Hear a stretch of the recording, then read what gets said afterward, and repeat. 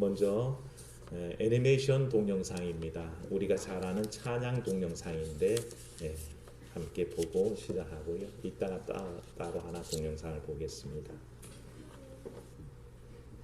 부모된 마음을 여실히 느낄 만한 찬양이죠. 이 찬양을 작사한 분 한 분이 임연평한 씨입니다. 쌍둥이 자매의 아빠인데요. 쌍둥이는 그 아내가 임신 29주 5일째에 세상에 나오게 됩니다. 체중 1.5kg 미만의 미숙아로 태어났습니다. 아이들은 태어나자마자 뇌출혈이 있었고 중환자실로 옮겨집니다. 폐 발달이 안 되어서 호흡곤란증으로 고생을 했습니다. 염씨 부부는 너무너무 무서웠죠. 아이들이 태어나서 그 같은 고통이 있을 때 어찌할 바를 모르고 두려웠습니다. 하지만 지켜보면서 아이들이 숨쉬고 자라나는 모든 순간순간이 하나님의 은혜인 것을 깨닫게 되고, 그래서 우리 아이들을 하나님 앞에 맡기지 않으면 안 되겠구나, 그 마음을 담아서 이 찬양의 고백으로 그대로 담은 것입니다. 그래서 너의 삶의 참주인, 너의 참부모이신 하나님, 그 손에 너의 삶을 맡긴다, 그렇게 고백합니다. 근데 이런 고백이 비단 모세의 어머니 요게벳이나 연평한 씨의 고백만은 아니라고 생각합니다. 이 땅을 살아가는 모든 부모가 자녀들을 얻었을 때 이와 같은 기쁨과 감사가 넘쳤다라고 저는 생각합니다. 제 경험을 봐도 그렇습니다. 마치 세상을 다 가진 것 같았고 이 세상에서 찾을 수 없는 가장 귀한 보물을 얻은 듯 했습니다. 아이들이 까르르 웃어주기만 하면 세상은 온통 밝았고요. 아이들의 눈에 눈물이라도 날라치면 가슴이 찢어지는 듯한 고통을 느꼈습니다. 우리 모두의 마음이 사실 그러하다고 생각합니다. 동영상 하나 소개해드리고 싶어서 하나를 더 보겠습니다. 수년 동안 아이를 가지려고 노력한 케이트와 데이비. 2010년 케이트는 기적처럼 쌍둥이를 임신했다. 하지만 그녀는 임신한 지 6개월 만에 분만실로 실려갔고 쌍둥이를 미숙아 상태로 출산했다. 두 아이 중 둘째, 에밀리는 건강했지만 문제는 먼저 태어난 제이미의 상태였다. 출산 후 몇 분이 지나도록 호흡을 거의 하지 못했기 때문이다. 의사들은 20분이 넘도록 아기의 심장 박동수를 높이려 노력했지만 아무 소용이 없었고 결국 부부는 아기가 사망했다는 통보를 받았다. 간호사는 서서히 식어가는 아기의 몸을 엄마의 가슴에 놓아주고는 마지막 인사를 하게 했다. 케이트는 울먹이며 방 안의 모든 사람에게 잠시만 나가달라고 부탁했다. 그리고 차가운 아기의 몸을 따뜻하게 감쌌다. 그녀는 남편에게도 셔츠를 벗고 침대로 올라오라고 말했고 부부는 침대에 누워서 아기를 자신들의 품에 꼭 껴안았다. 놀라운 순간은 그 다음부터였다. 그 상태로 5분이 지나자 갑자기 아기의 몸이 움직이기 시작했다는 것이다. 부부는 급히 의사를 불렀다. 하지만 안타깝게도 의사는 아기의 움직임은 자연 반사적인 것이며 그가 살아날 가능성은 없다고 말했다. 결국 저희는 아기를 체념했지만 그저 최대한 마지막 순간을 의미 있게 보내고 싶었습니다. 만나고 싶었고 만지고 싶었고 부모가 누구인지 알려주고 싶었어요. 또 얼마나 사랑하는지도요. 작별 인사를 하기 아쉬웠던 부부는 계속 아기를 껴안은 채 그의 이름을 설명해주며 자신들이 그를 임신하기 위해 얼마나 애썼는지 알려주었고 부모의 품 안에서 편안히 떠날 수 있도록 더욱 꼭 껴안아 주었다. 그렇게 한두 시간이 지날 즈음 두 번째 기적이 일어났다. 제이미가 눈을 뜬 것이었다. 저희는 아기가 세상을 떠나기 전 그 두 눈을 바라볼 수 있다는 것이 그저 축복이라고만 생각했죠. 그런데 시간이 지나도 아기의 눈은 계속 떠져 있었고 서서히 작은 손을 뻗어 데이빗의 손가락을 잡기 시작했다. 잡을 수 없었다. 생명이 다시 태어나는 기적 같은 순간이었기 때문이다. 어떻게 이런 일이 가능했을까? 호주 사람들이 캥거루 케어라고 부르는 것이 있다. 캥거루는 새끼가 태어나면 자신의 주머니에 새끼를 넣어 계속 피부를 맞닿게 하는데, 연구에 따르면 사람 또한 마찬가지로 피부 접촉이 신생아의 심장 박동을 조절하고 스트레스를 낮출 수 있다고 한다. 즉, 케이트와 데이빗의 포옹이 아기의 체온을 수승시키고 호흡을 더 강하게 만들었던 것이다. 케이트는 본능적으로 해야 할 일을 알았습니다. 그녀가 아니었다면 제이미는 이 세상에 태어나지 못했을 겁니다. 심각한 산소 부족을 겪은 제이미는 살아난다고 해도 뇌성마비가 우려되는 상황이었지만 정말 다행스럽게도 아무 문제 없이 건강하게 자랄 수 있었고, 지금은 5살이 되었다. 가족은 최근에서야 그들이 겪은 이야기를 세상에 알리기도 했고, 이 놀라운 사건은 세계 뉴스에 보도되었다. 데이빗은 현재 페이스북 페이지를 통해 조산아를 지원하는 미라클 베이비 재단에 후원금을 모으고 있다. 의료진도 포기한 생명을 살린 엄마의 사랑, 그리고 사람과 사람 사이의 따뜻한 포옹은 그 어떤 치료법보다 강력할 수 있다는 것을 이 이야기는 보여주고 있다. 잘 보셨죠? 네. 이것이 부모의 마음 같습니다. 의사는 쉽게 진단하죠. 사망했습니다. 그렇게 얘기하지만 그 엄마, 그 아빠는 포기할 수가 없습니다. 그래서 따뜻한 체온이라도 전하려고 했던 그 마음이 아이를 소생시키고 완전히 살려내는 기적을 낳는 것을 보여주고 있습니다.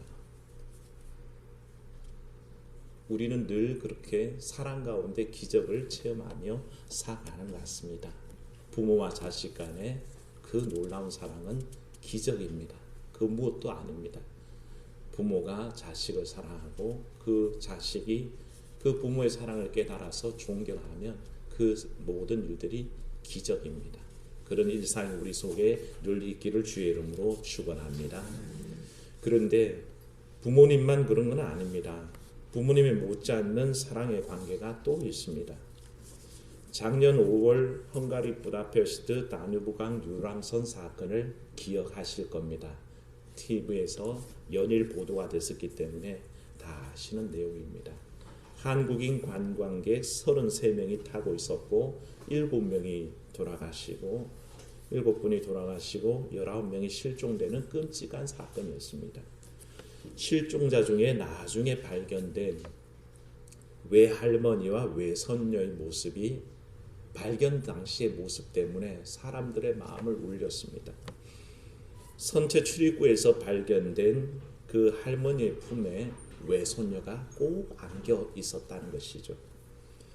평소 엄마가 친정엄마에게 딸을 맡기고 늘 출근했었는데 그 일이 너무 고마워서 모처럼 3대가 그렇게 해외여행을 떠났다가 변을 당한 겁니다. 침몰하는 배 속에서 아무것도 할 수 없었던 할머니의 얼마나 답답한 마음이 있었을까요? 그런데 놀라운 것은 그 고통 중에 그 무서운 공포 속에 사람이란 것은 그렇습니다. 죽음이 닥쳐오면 자기도 모르게 살려고 아둥바둥 되다 보면 뭘 손에 들고 있을 수가 없죠. 문고리를 잡든지 어떻게 벗어나려고 애쓸 뿐일 터인데 이 외할머니의 품에는 그저 손녀를 꼭 안고 그렇게 함께 죽음을 맞이한 그 순간을 보게 됩니다. 정작 그 엄마는 왜 따로 떨어져서 따로 발견됐다고 그러니 그 외할머니의 외손녀 사랑이 얼마나 지극했는지 알 수 있는 대목입니다. 이런 사랑이 부모나 조부모나 다름이 없는 것입니다. 오늘 말씀에는 이렇게 손주와 할아버지, 손녀와 할머니처럼 한 단계를 건너뛴 사랑이 존재한다는 것을 말씀합니다. 남편을 매개체로 관계가 맺어진 시어머니와 며느리, 어쩌면 남편이란 존재가 없어지면 아무런 관계가 없는 남남처럼 여겨질 수도 있는 사이라는 것입니다. 시어머니 나오미와 그 며느리 두 사람 오르바와 룻이 사실은 그런 관계였습니다. 너무나 슬픈 일이지만 고향 땅 유다 베들레헴에서 흉년이 들어서 먹고 살 길이 없어서 모압 땅까지 이주를 해왔습니다. 남편과 두 아들 같이 와서 두 아들이 결혼까지 했는데 남편도 모압 땅에서 죽고 슬프게도 두 아들도 그 모압 땅에서 다 죽고 말았습니다. 오롯이 그저 오르바와 룻 그리고 시어머니 나오미만 남게 된 상황입니다. 남편들을 잃었기에 어떤 의미에서 이방 땅에서 가난한 유다 여인 나오미를 더 이상 복양할 이유가 없습니다. 남편이 사라졌으니 어쩌면 아무런 관계가 없을 수도 있습니다.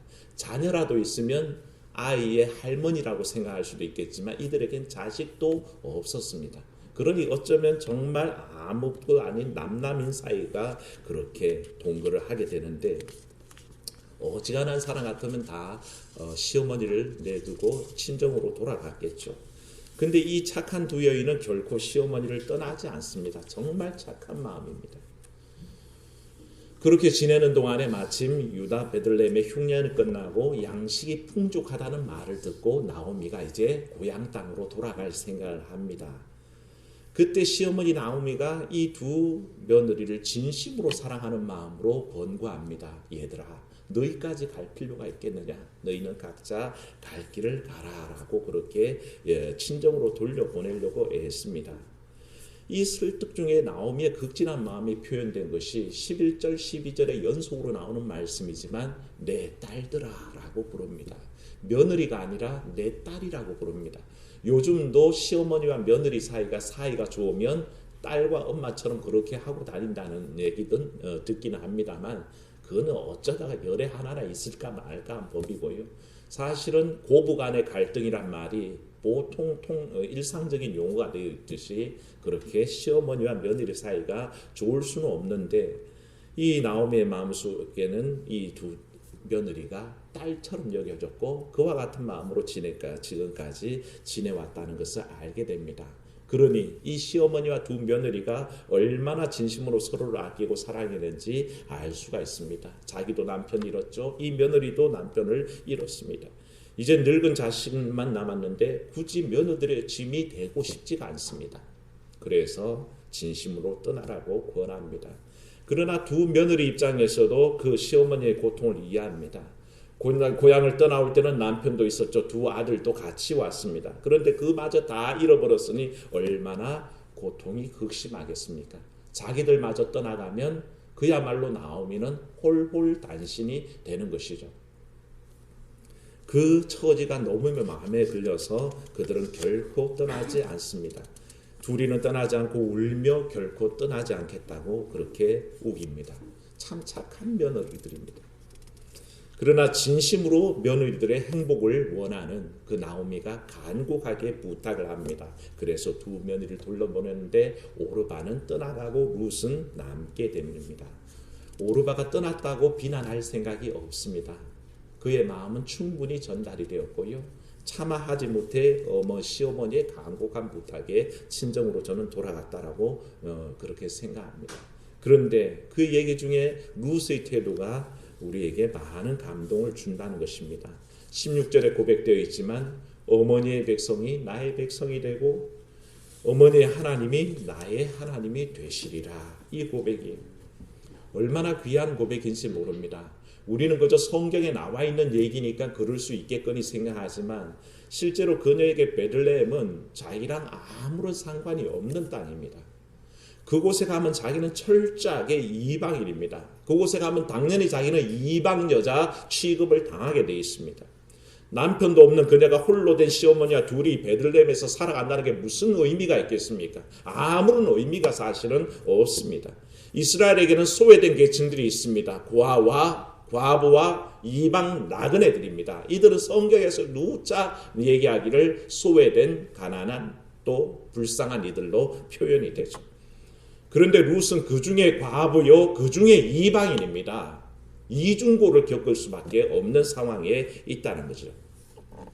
처지가 너무 명약관화합니다. 베들레헴에 가면 얼마나 힘겨울지가 눈에 보이는데 그럼에도 불구하고 룻은 결심하는데 이 결심이 단순한 효행을 결심한 게 아니라 신앙적인 결심입니다.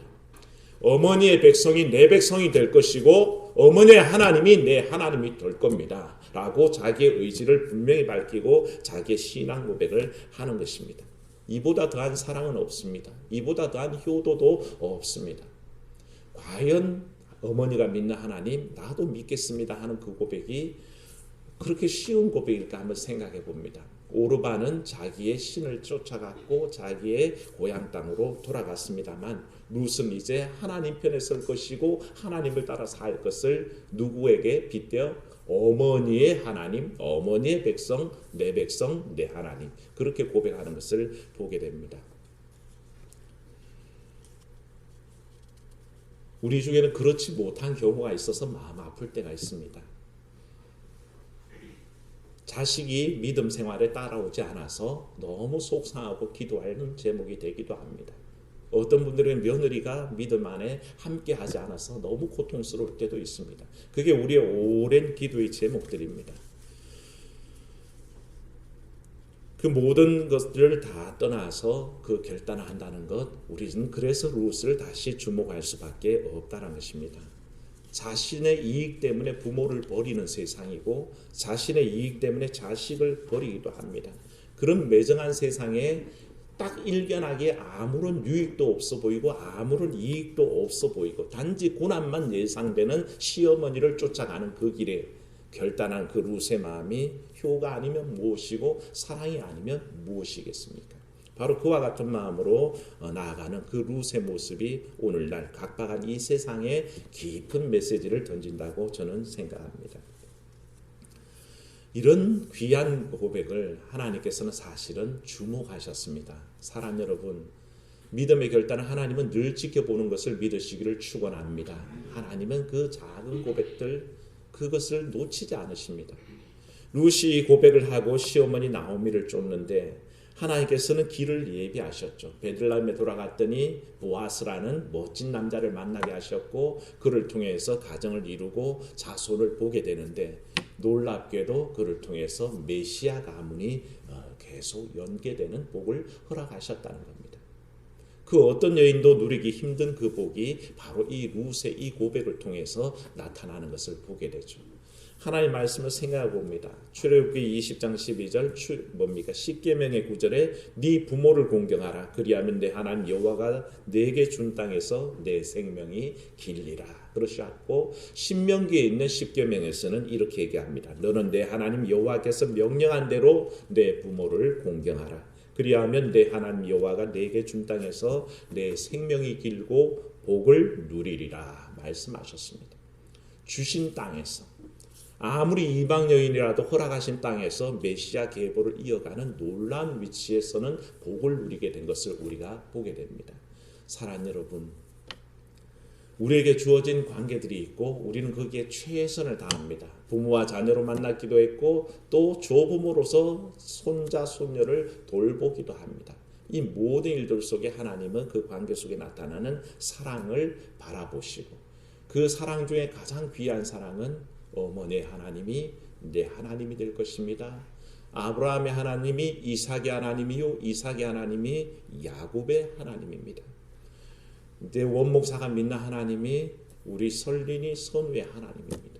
이한기 집사님 믿는 하나님이 민규와 혜인이의 하나님입니다. 김미아 집사님 믿는 하나님이 철규의 하나님입니다. 그렇게 고백하는 것은 우리 김은영 권사님 믿는 하나님이 우리 이다니엘의 하나님입니다. 우리 수연이가 이영숙 집사님, 심영석 집사님 믿는 하나님이 우리 수연이의 하나님입니다. 이런 귀한 고백들이 이어져 갈 때 그것보다 더 귀한 일은 없다는 것입니다. 사랑하는 여러분, 자녀된 여러분들에게 먼저 권고하는데 우리 엄마 아빠가 믿는 그 하나님, 내 할아버지 할머니가 믿는 그 하나님을 전적으로 의지하시기를 주의 이름으로 축원합니다. 그 하나님을 나도 믿는 것이 효 중의 효입니다. 부모된 여러분들은 온 정성을 다해서 하나님을 사랑하시고 그 하나님의 사랑을 자녀들에게 전해 주십시오. 그게 또한 베풀 수 있는 사랑 중에 최고의 사랑입니다. 잊지 마시고 그와 같은 길을 이루어감으로써 말미암아 우리 하나님의 의를 이루어야겠습니다. 사랑하는 여러분, 자녀된 여러분들은 부모님을 공경하십시오. 하나님의 명령입니다. 부모된 여러분, 자녀를 사랑하십시오. 하나님의 명령입니다. 어떤 상황도 부모와 자식의 사랑을 끊을 수 없습니다. 의사조차 가망이 없다는 그 신생아를 몇 시간이고 가슴에 품어 살려내는 어머니와 아기의 살을 맞대는 그 끈끈한 그 정을 통해서, 그 사랑을 통해서 생명이 되살아나는 것처럼 오늘 우리의 삶에 이런 부모와 자식 간의 끈끈한 삶을 통해 생명이 소생되고 생명의 역사는 이어져 가는 것입니다. 결국 우리 모든 가정에 아브라함의 하나님, 이삭의 하나님, 야곱의 하나님으로 이어지는 그 놀라운 역사가 있어지기를 주의 이름으로 축복합니다. 은혜로우신 하나님, 주의 말씀을 돌아보며 우리 삶에 허락하신 귀한 관계를 되돌아봅니다.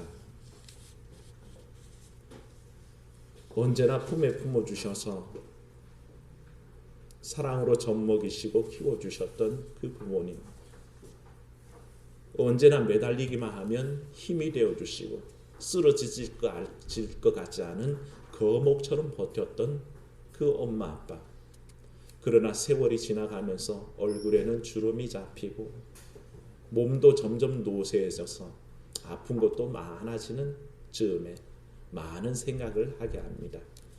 하나님, 살아계신 동안에 온 힘을 다하게 하시되 풍수지탄의 우를 범하지 않게 하사 참으로